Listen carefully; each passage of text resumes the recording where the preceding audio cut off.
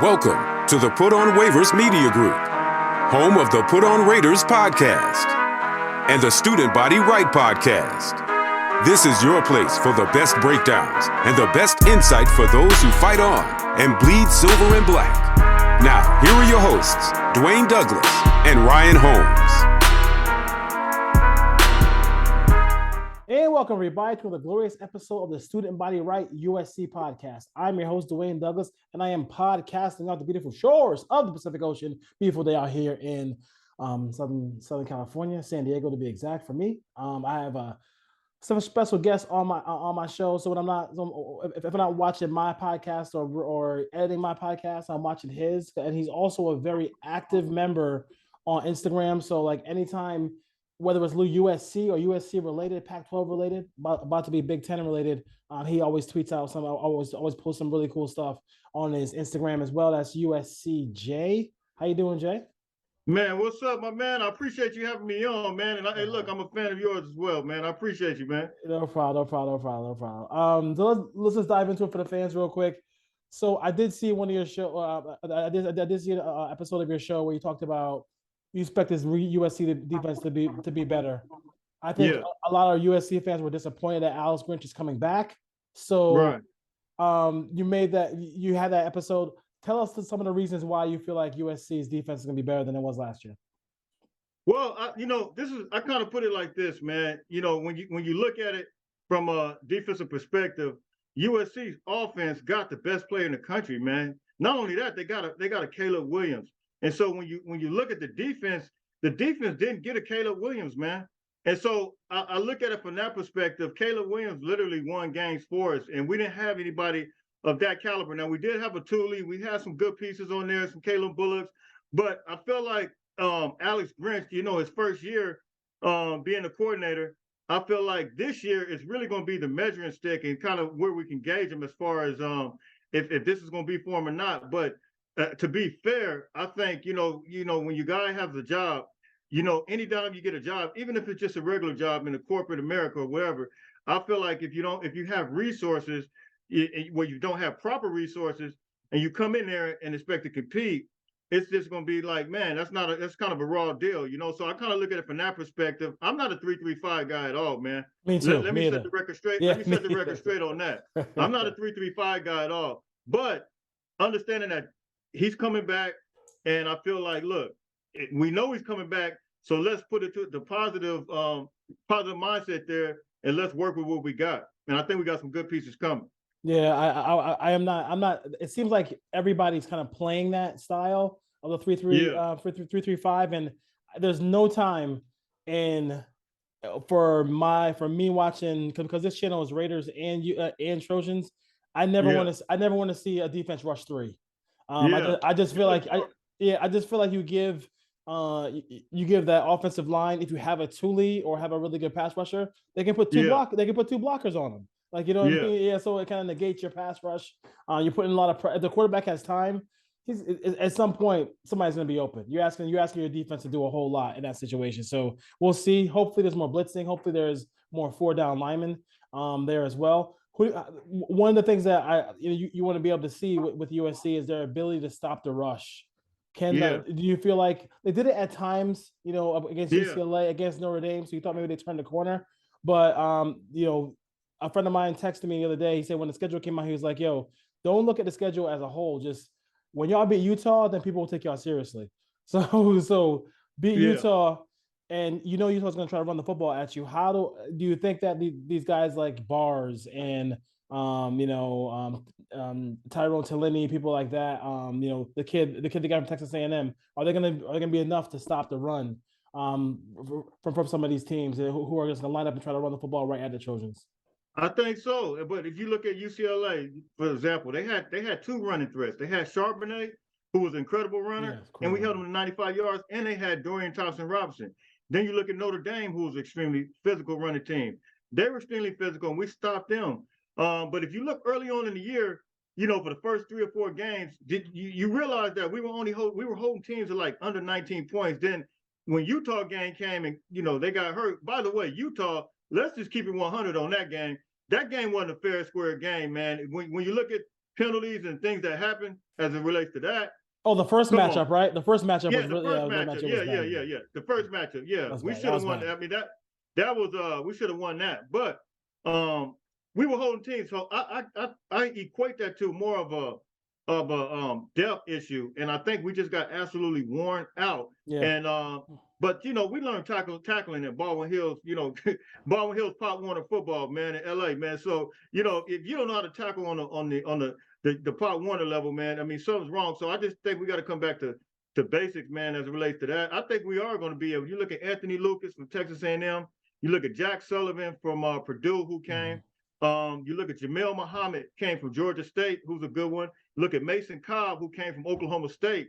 He's a beast on as far as linebacker. Then you got some of our other guys that's coming in as well. You got the Christian Roland Wallace from Arizona. Yep. That transfer we picked up. So I think we picked up some guys that's incredible, man. And I think they're going to add to the depth that we got, let alone the guys that we got coming back, man. We're expecting big things out of Corey Foreman as well. Guys like him. Yeah, but love to see Corey Foreman, kind of live up to that 5-star billing as far as that goes. Let him go after and hope they can develop and rush the passer. A guy who I think they sorely missed last year because of injury was Zion Branch.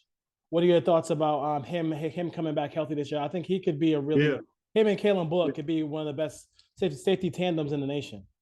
No, I think you're absolutely right. When I did last week, I did a defensive. I don't know if you've seen it. I put it on Instagram as well. Defensive heads. Him and Kalen Bullock was the guys I had at safety. I got Damani at corner, and I got Christian Roland Wallace at corner. For the two linebackers, it's going to be Mason Cobb. He's going to be the starter, and then I got Tackett Curtis, and then Eric Gentry right there. So I think those guys are going to be strong up front, man. And I think the guys that's creating the depth. You got Anthony Lucas over there on the DN, and you got Jack Sullivan or Corey Foreman. And like I said, Jalil Muhammad, man, and then Keon Barrs is right there. I think the defense is looking strong. And the guys that we got coming back, Mobley just announced that he's coming back. Yep. So we got some other guys too, man. So I think this is going to be a better year, man. A better year. And it's a possibility. You're hearing it from me first. We might have one more coming, man. It's a possibility. Yeah. The second, there is a second transfer portal. May 15th. So we'll see what happens there as well. So this is one of the things that can really help a defense. I think Michael Lombardi, who covers the NFL and college football for years, always said, if you want to play great defense, play less defense. So this offensive line, when they get ahead of a team, I mean, that GT counter is going to be looking real nice with these offensive linemen, because this is a really deep, huge offensive line for USC. They got a lot of guys from Florida in the transfer portal. Those guys are huge. We got two guys, man. You got Ethan White, and then you got Michael Dwight Turkin, and so you got the Washington State Jeff Kingston as well. He came in. So of course you got the guys that we already had. Yep. That's coupled with some of the other freshmen that are coming in, Michael Benuelas, Laney Noah, Elijah Page, the guy we flipped from Notre Dame. So look, man, I think the offensive line is going to be extremely strong. And look, this is what I think. I think last year, we did pretty good with the football, handling the football. But I think, to your point, I think we need to control the clock a lot more, man, and just keep our defense off the field. I think we scored too fast, personally, but I understand Lincoln Riley's process. I mean, that wow factor, we can either blow a team out or it can come back to bite us, and our defense can actually get worn out by coming back on the field so quick. Brendan Rice, he's kind of been up and down with Trojan fans, but the game against Tulane, I mean, my God, he looked like his father out there. It's incredible. Do you think he can kind of turn the corner, because the ability is there? The guy is just a big, strong receiver. When he holds onto the football, I mean, the sky's the limit. That Tulane game, man, it was like, honestly, man, I was like, who is that? You know what I mean? I was at the game. I'm sitting right down there watching this dude go to work. I mean, Brendan Rice went absolutely crazy. And you see I've seen flashes of that at Colorado. Yeah. I've seen flashes of that at USC, but the consistency wasn't there. And you had other guys that we still have now, like Michael Jackson. He went crazy this year. Taj Washington. he went crazy. You know, you have some guys, and then of course, we got the guys that left out: Gary Bryant, C.J. Williams, and who's the other one? I lost my train of thought. Kyle Ford. So, but we got guys coming in now: Jacoby Lane, man, all these other guys that are coming in, Zach Branch and Lemon. So I think he's gonna be okay, man. I think that last game, if he can capitalize on that and really improve on that, build on that, I think he's gonna be good. Yeah. The transfer portal seems like it helped out a lot. Give me a couple of guys in the transfer portal on offense. Give me an offensive guy or a defensive guy who you really think are really going to help the Trojans here in the season. I like Christian. I like Jeff Kingston, man, the Washington State offensive lineman. Yeah, he was a beast, man. Ohio State, we battled him out for Ohio State, man. And he's an offensive line. I think that's going to come in there, plug in and play, man. I know like a lot of people like to see the skill positions. I like the running backs too. I mean, I like South Carolina running back that we got. He's decent. I know I'm naming a bunch of them, but I like Dorian Singer from Arizona, man. I think he's going to come in and help. He was a beast. He killed us this year in the pass game. You know, he went crazy, that receiver. But on the defensive side, I like Keon Barrs, man. I like him a lot. LSU wanted him. Mississippi State wanted him. Auburn wanted him. And I think I like Anthony Lucas, too, his potential and his upside. And Jaleel Muhammad. I like all of them, actually. I mean, Mason Cobb, all these guys, if you look at their film, man, and this is one of the things about the USC fans that I would love for them just to really understand. We got some quality, not just quantity. We got quality players in this defense, man. Yeah, I think, too. And you mentioned the other schools that were trying to get those guys. I mean, it's not like they were just like they're walk-ons. They're guys, they're talented players who they really wanted to see. The ripple effects of Roderick Pleasant. There was that tweet that came out that said Alex Grinch didn't call him the last week or something like that. That's crazy. So like, no. I mean, I don't know if that was really. I don't find that. I can't see how that was. That's true. You can jump into that. Well, and I've read. Matter of fact, I just sent somebody some stuff. They were telling me here's a message here. I sent the guy a few minutes ago because he was wanting to know about it. This is a message. Supposedly, he says, I was just told by someone that has always been spot on about the stuff about Pleasant. Told USC staff and players on the team that he told everybody that he was coming. He said it was not his personal decision. Ended up making a commitment to the Zeros, referring to Oregon. So, we don't know what to believe, but here's the deal. Yeah. Supposedly, and I think I heard Mark Copeland, from his show. I think he said it that USC staff had the last visit. That's what, from my understanding, I heard it on his show as well. Yeah, it did. That's the understanding I have. So the ripple effects. Look, I don't think Roger Pleasant was a guy that was going to come in and start, but Sarah High School, Adoree Jackson, those guys that this is Southern California, man. So I think he was a guy that could come in and contribute. But I think Damani Jackson and Christian Rollo-Wallace is going to be the starter. But the ripple effects, it's the perception, I think, more than so than anything. Same thing with Mateo. Because if you look at some of the quality players like Braylon Shelby, David Peavy, and if you actually look at the film and look at Mateo's film, it's not knocking anybody, but those guys are good players too. Mateo's a great player. But the ripple effect, it's just a perception. That's what I think it is, man, right now. And do you think that it's because it's USC that like if they lose somebody, everybody wants to jump on the guy they lost rather than the collection of players they ended up getting? Well, I mean, the players that USC lost? Yeah, no, I'm saying like, you think that sometimes people will jump on, USC lost this guy instead of focusing on the guys because USC actually got. Because when I watch the national guys, nobody talks about this offensive line. I mean, nobody talks about some of these other players. It's crazy, man. It's kind of weird. It's kind of weird. It's unreal, man. Because I mean, do you realize? I don't think people realize in the national rankings on 24/7 Sports, we're actually number 8. Oregon's number 9. Yeah. And what are you guys looking at right now? Like, well, I'm trying to understand. And nobody's talking about Oregon lost their best quarterback to UCLA, Deontay Moore. Yeah. But they focusing more so on us. The quarterback is what makes everything go round, right? Yeah. Speaking of the quarterback, you put out a thing on Instagram. This conference in quarterbacks, my God, the freaking gauntlet you have to go through. I mean, it's going to be rough, and I think actually, we can make an argument that USC's defense could be better but not give up the same kind of points that they gave last year, but might give up the same amount of points overall sometimes, because some of these games, especially that 9 games in a row they play after the bye, it's crazy. That's gonna be tough. We know we're going to the Big Ten, man, and a lot of people feel like this is a setup. When you look at the schedule, first couple of games, Nevada, you got Stanford, then you got San Jose State, but then you got a bye, and then you just got an absolute.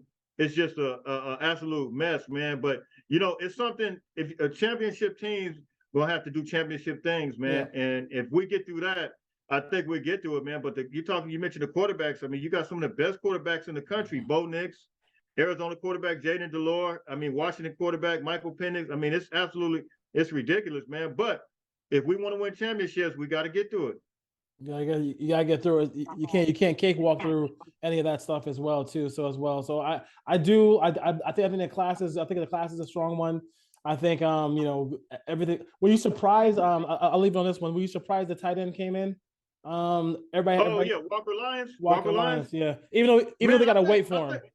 I think everybody was somewhat surprised because that was it's not even April. That was the April surprise. But I think some people were surprised given the fact that they said he was going to Georgia, and they said he might be trying to wait on what Deuce Robinson's going to do. But I mean, for him to come in like that, I think it's incredible, man. I don't know if you've seen his film, man, but he's yes, I did see his film. Yeah, he's unreal, man. Yeah, he's unreal. He's a very talented tight end, and I think that's a part of the game where I think if you're Deuce Robinson, I know he's also a baseball player. I mean, USC might be USC was a good spot for him there. I mean, I know Georgia has a really good baseball program too. They use tight ends, but don't make it. I mean, don't give. I'll tell people, don't give Lincoln Riley a tight end with Deuce Robinson's ability. If you give him that, that's gonna be a matchup all day and all night. Right. Yeah, I totally agree, man. But like you can't sleep on Walker Lyons, man. But he's going on a mission trip. I thought it was for 2 years, but it's actually 1 year. So you kind of want Deuce Robinson to come on in right now, man. And I know he got the delay actually going on, but if he can come in right now, man, he'll be just to me, he's a receiver in the tight end's body. Yeah. That's how I view him. He plays like a receiver, and I think they're gonna actually use him like that. Yeah, and I think he reminds me of the way he's so smooth with it. It reminds me of like Jimmy Graham. Like he just is like he's just so smooth in and out of his breaks when I watch him on film. All right, T man, USCT. You can USCJ. I want to just have you go ahead and tell everybody where they can find you on Instagram, where they can find you on YouTube, so they can get some more USC coverage. No doubt. Hey, USCJ 32 on Instagram. You can find me there, USCJ 32 on Instagram, and it's going to be the same thing on Twitter, USCJ 32. On YouTube, it's just USCJ. That's it, USCJ, and you can find me there, man. Hey, I appreciate you having me on, man. Really appreciate it. No, man, no problem, man. Take care.